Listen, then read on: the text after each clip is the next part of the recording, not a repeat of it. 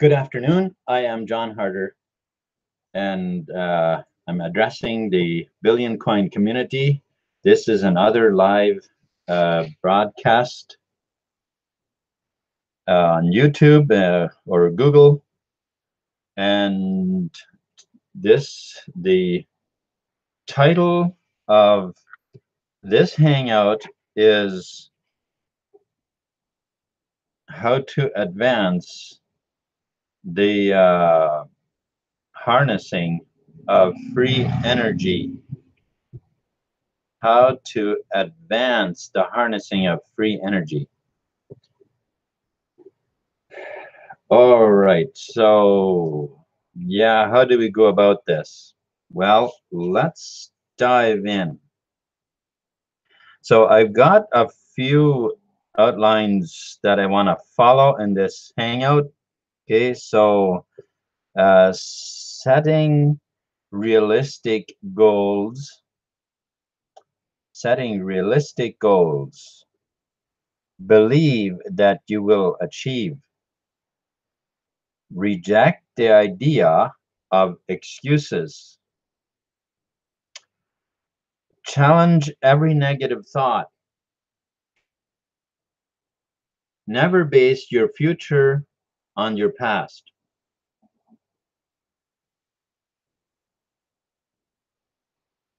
Having seen the end wills the means to the end. So we'll obviously talk more about that later. With TBC and free energy, success is sure. All right, so now let's just know right here and right now that TBC and free energy are only tools. The attitude at which we approach our own success is what's going to make it or break it for us. All right, so let's get right into it here. The how to advance. So advancing, in other words, accelerating the TBC, the spreading of TBC and the harnessing of free energy. Energy does not need to be generated. It already exists. It's already. All we have to do is harness it and use it. So setting realistic goals. Now, I want to talk about this a little bit because I think one of the main reasons that people often not achieve is because they set goals that are probably not high enough and too precise. Now I know that there are I have heard teachers that teach that you need to have a precise goal. You have to that you need to set a goal that is an exact number, as it were. However, and then maybe that is what works for some people. It could be that some people might, the way, because every one of us, we have our own vortex. We generate the energy in our own way. Matter of fact, one of the laws, one of the universal laws of nature is infinite differentiation. Okay. So that simply means that none of us are the same. And yet we all are the same. Wow. Well, that's interesting, right? Well, there are certain things in which we basically are the same, but there are also certain things in which we are not the same. Not ever. Apparently, it's been scientifically proven that there are no people will ever have the same fingerprint. That's part of the law of infinite differentiation. And so is the way we think, the way we approach things, the way we see the success or failure, whatever it is that we see. Uh, let's establish the fact that we think in pictures. Some people are very good at math, but the thinking is still in pictures. Some people, I believe, are more picture oriented than others are. Like some people, they will remember a picture very, very vividly, more so than others. But setting realistic goals. Now, what is a realistic goal? See, to me, a realistic goal is not some exact number, but it's also not something that I can do if, okay, I have that thing over there going, and so if that works out, and if what else I have going, if that works out, and then there's this guy over there that owes me a little bit of money, if if he pays, and then I can use that, and then also if if I get that raise that I expect to get, and so we, in other words, with our rational mind, we try to figure it all out, and if everything works out, then I could come up with this here number, and so that's my goal. Guys, that's not a goal. That's hang on here, hang on here. Hang on here. That's not a goal. A goal that where you're going to have success is one that requires faith. It's going to require believing. Okay. Now I know that. Oh, hi, Joe and Lawrence. Thank you very much for hanging out with me here. I appreciate it. So, that's not a realistic goal. A goal now. Okay, now let's just approach that from the other side a little bit. Let's say you set a goal, and you want to make sure that this is going to take faith, and now you're setting a goal that is so far out of reach that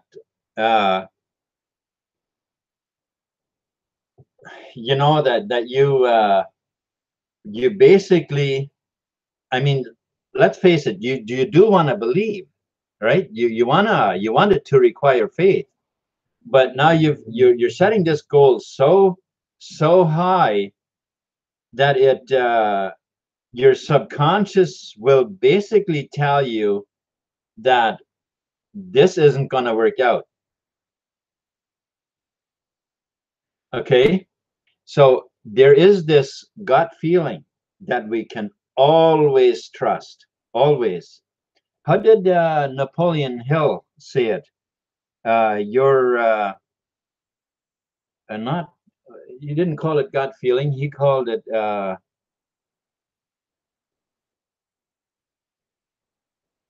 I can't remember the phrase. He says it's always right. You're. I can't think of it right now. I bet you it'll come to me later, but I don't want to spend the time here right now to try and figure it out then. Okay, so, but that gut feeling is always correct. All right. So now if you have if there's something that you want success, you don't know for sure what exactly it is you're looking for, but you want something that that you're going to be excited about doing, and it's going to at the same time also bring you much success. In this case, ask. Asking we have to do with feeling. You know, this idea of kneeling down beside your bed with a prayer. I have nothing against that, but what I'm saying here is you need to approach this with feeling, because what you are doing, and to get success, is you're appealing to your subconscious mind.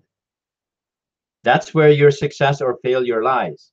Okay, and so in doing that, you need to be excited about it, and ask, and tell your subconscious mind that something is coming, that it is coming to you, and that it will be exciting, that when you see it, and when it does, you will know that's it.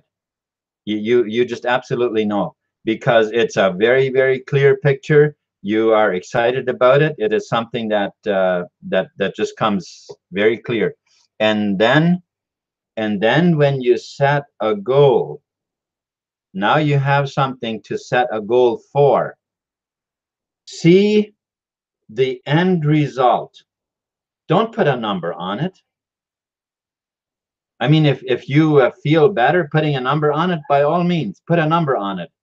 But here's the way I see it, is that you set that goal in a way where you tell yourself that it's going to be very successful. There will be plenty, or there is, not will be. It's already very successful. There is plenty to go around. You see the enjoyment of people, how people enjoy the end result, the product, as it were, or service. And you paint this beautiful picture of the success that you are looking for.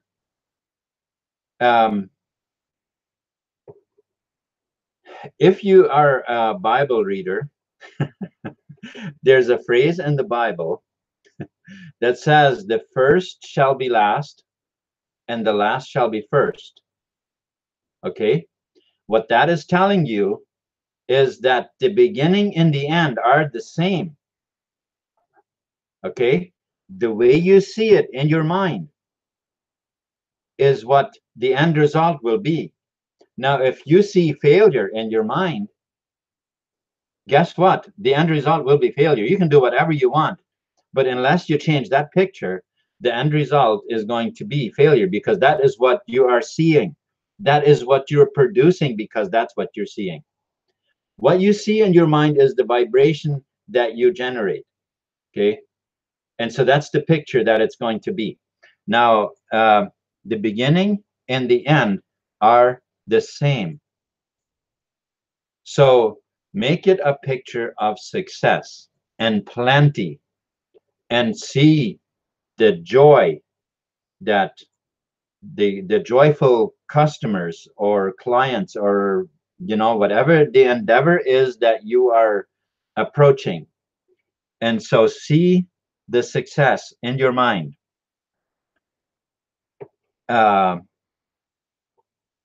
Okay, so now the next line that I have here: reject the idea of excuses. See, in this field of success and failure, first of all, success and failure are two different sides of the same coin. Okay, so what often happens is that when a person sets a goal, and it's a stretch of his imagination, and he doesn't see how he's going to fulfill it, because the how is always hidden from us. If the how isn't hidden, then it's not a goal. Then it's not a goal worth shooting for at all. Okay, so the how remains unseen. We can see the end, we can see the result, but we can't see how we're going to get there. That is left to faith.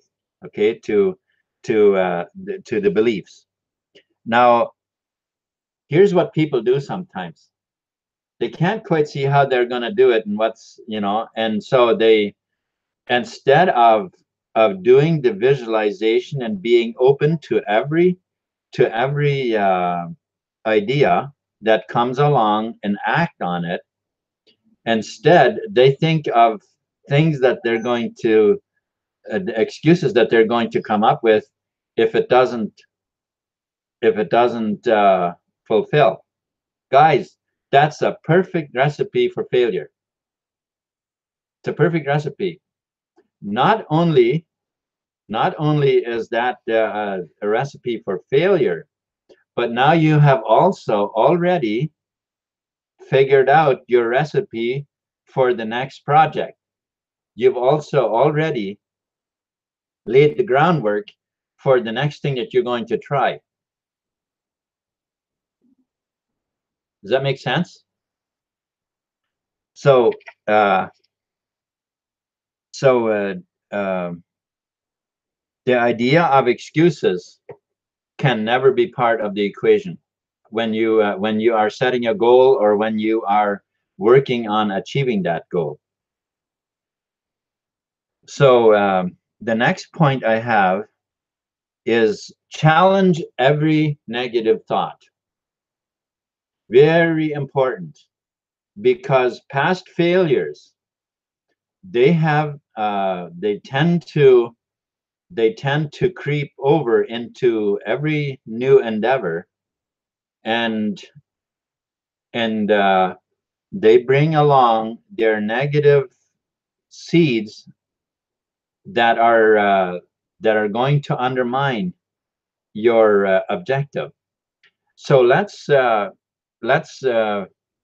be very careful.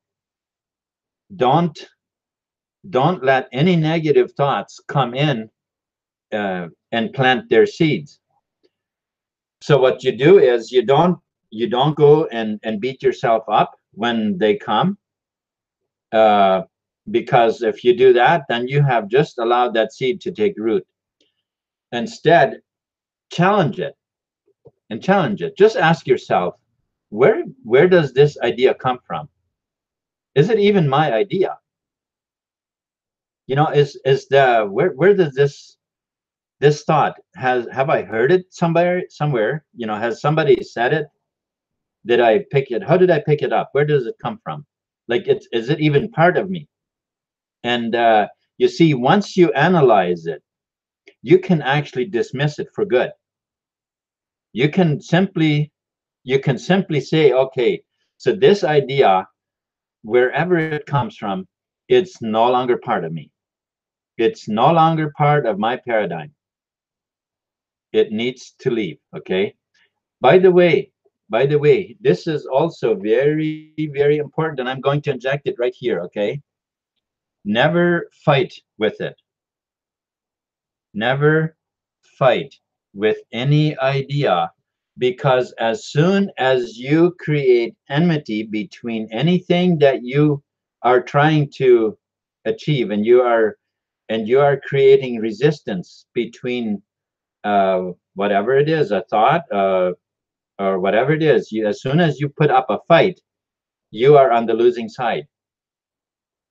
Always, every time, if you put up a fight, you have just handed the power over to the opposite side, to your opponent. Very important to know. You can never ever fight with your subconscious mind. It will win hands down every time. Every time. Okay, so when those thoughts come, don't fight with them, but ask yourself, where do they come from? Why do I have them? What good are they going to play into this success that I'm achieving here, right? And then you can gently dismiss them and replace them with positive thoughts. You see, instead of getting, upset, instead of fighting with it, you say, okay, well, I won't need you anymore, so I'm going to accept success instead. I'm going to accept the opposite of it instead. From now on, that will be the truth, instead of the negative that came to you, right? So it's like fighting is never the answer. Matter of fact, fighting is exactly part of the lack and limitation paradigm. What actually is a paradigm? What exactly is a paradigm? It's a big word, fancy word, right? A paradigm isn't anything but a bunch of habits. Everything that you do without putting conscious effort into it, everything that you do naturally without giving thought, is part of your paradigm. Whether it's a habitual comment you make to something, whether it's a line that you just naturally use, whether it's uh, once your driving skills are good, you don't even pay attention to how you drive because it's all natural. It just comes naturally. How about this one? I had a friend in the States who could shoot an arrow with a bow.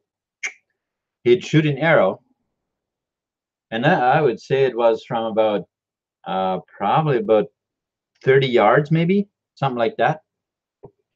And then he'd shoot a second arrow to split the first one.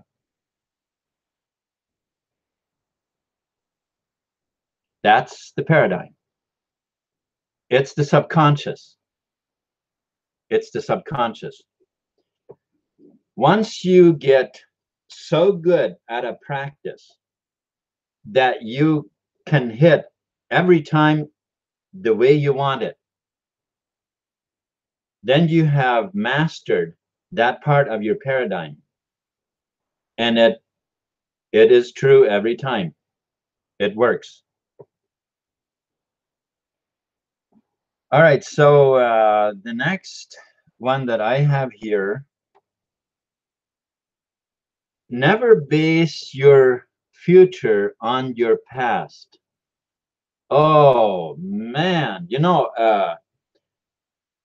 uh, sometimes there are certain things that people sometimes go for, and by way of a job or a career or whatever it is you want to call it. And some of these careers, there's a requirement of a whole bunch of history of your past. And depending on what's on your past history, you can't proceed, you can't get the job. Guys, let's fix something very clear in our mind once and for all. Your future has absolutely nothing to do with your past. Nothing. Never base your future failure or success on what you have achieved so far. Because your past, you have lived the old paradigm, whatever that was. Whatever that was. When you embark on a new endeavor, you got to say this: the old things have passed away. Behold, all things are become new. You are embarking on a brand new endeavor to be successful. So don't let the past rob your future. Now, unfortunately, the entire old monetary system is set up that way. It does exactly that. Today robs our tomorrow. Money that comes into existence is borrowed into existence to be paid back by the taxpayers. Guys, we are using money today, and it's with a promise to be paying it back. We are in that case, we are actually indebting our next generation. That's the system we have been enslaved to until yeah, oh, I gotta say this, until TBC came along. Okay. Yeah, until TBC came along. It just it's just how it is, you know. So never base your future on your past. Leave what's past behind. Challenge every thought, every negative thought, I mean. Okay. The next line here that I have is, having seen the end wills the means to the end. Does that make sense? Having seen the successful end, in other words, I've meditated, I've seen it in my mind, I've seen a wonderful, successful future. Well, having seen that, it wills the means to the end. What did we say before? The how we can't see. We can see the end. We can meditate and we can see the end. We can visualize the beautiful success, the story of people being so happy for the product or the service that we have brought to them. We can see how well we have been compensated for providing this service or product, right? So we can see the success, but we cannot see how it's going to happen. The how, that remains to the unknown, and remains to, we got to leave that to faith. So faith then becomes the substance, right? It's the invisible substance of that which is going to be visible. That makes any sense? All right, so let's just remind ourselves over this list just a wee bit again. We'll just kind of say, like, kind of the way they do an essay. We're saying what we're going to say, and then we say it, and then we say what we've said. Okay, so setting realistic goals. Yeah, it's important. It's important that we don't overdo it, but do it with enough clarity that we can clearly see the end, but not a precise number, so that we end up feeling bad if we either fall short or go way over. You just never know. We might go way over. Believe that you will achieve, or believe that the success that you can see in your visualization, believe that that is true. Reject every idea of excuses. Completely reject any idea of excuses. Challenge every negative thought. Simply ask that thought, even out loud if you have to. Ask it. Where did you come from? What are you, how are you going to contribute to success here? it doesn't, to me, it doesn't really look like you're going to, you're contributing. So from now on, I'm going to accept the opposite instead of what you're doing here, right? So challenge every negative thought. Very, very important. Never base your future on your past.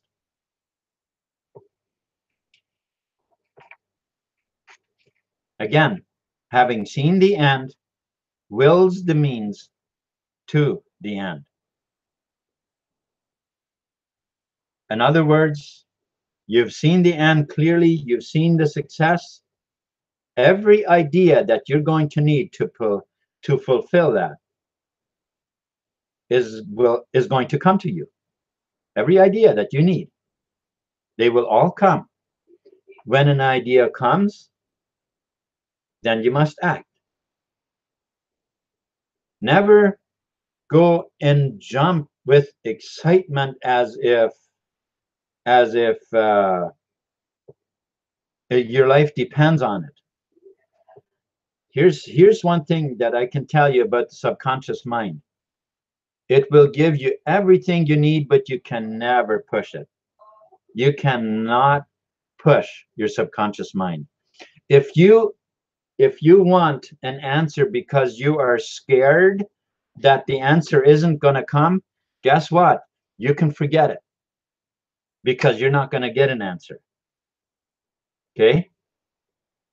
In the book of James in the Bible, it talks about this, and he talks about faith, and he says that he that comes to God must believe that he is, and that he is a rewarder of them that no, that's not the phrase I'm talking about.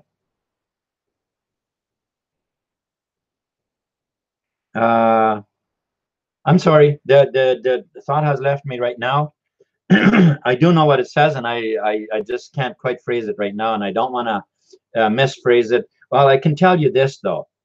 It does what it does say, or what the meaning of it that I get out of that is that if you don't believe, then you can forget it. Then you don't even bother. Oh yeah, it's about prayer. Then that when you pray, there's no sense in praying if you don't believe that in the answer, that you will get the answer. And let's get this. The answer is never no. No is never the answer. People, they sometimes say, well, they prayed about it and I guess God said no.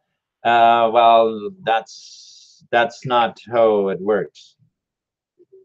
That's not how it works. Because the answer, the question, first of all, or the prayer, is in the feelings that we produce. We produce the feelings that we already have it. We have prayed for it to be true, and it is true unless we change our feelings about it, right? So these things have, it used to be years ago that science and the idea of believing and of miracles and God working, creating something in your life, with science, scientifically, there was no connection. It didn't work until people found out that the energy field that we generate, the energy field that we are a part of in the entire universe, is alive. It's alive, and it responds to our thinking. It responds to our feeling. That is why we can become successful or we fail. It's depends on how we think. It depends on how we feel. So if we train our minds to appeal properly and rightly to the subconscious, it will bring it to pass. It will bring us all the success that we ask for in everything. All right, with TBC and free energy, our success is sure.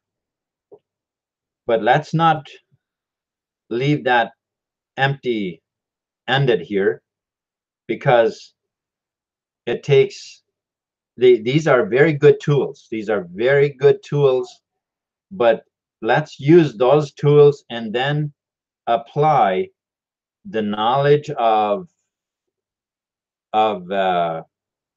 you know, the scientific knowledge of success to it, and yes, then success is definitely uh, ours. Okay. All right. So let's spread the word. Let's spread the energy. Free, pure, clean energy. Get rid of those bills, those monthly bills. And while we're doing that, those monthly power bills, we can also dismiss the heating bills, because with these units, we can heat our houses as well as, you know, heat and cool. Imagine all that being for free. Not only free, but also it's clean. It doesn't pollute the environment. It doesn't create microwave pulses like the smart meters do, causing harm to the atmosphere and to humanity and to, you know, other life forms, right? All of those big power lines that are out there, none of that is necessary, guys. None of that is necessary. Having this and also spreading TBC along with it every step of the way, we have we have uh, uh, we have met two of humanity's most necessary objectives or needs, right? Because free energy will do so much for humanity, and so will TBC. If you haven't seen the video that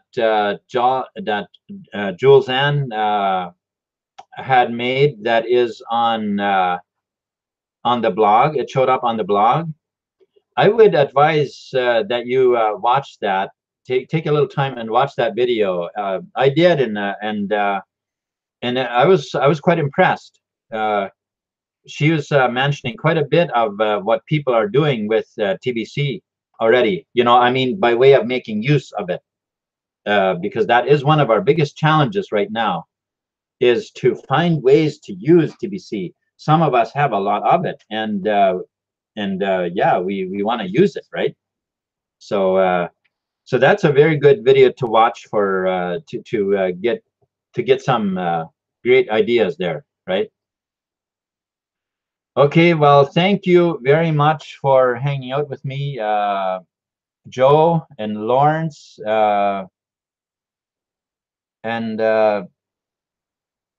Bitcoin Scott, Stephen Cuffey. Thank you very much for hanging out with me, and let us keep on spreading the word of TBC and also free energy, if that interests you as well. So again, thanks, and have a wonderful day or evening or morning, whatever it is where you are. Thank you.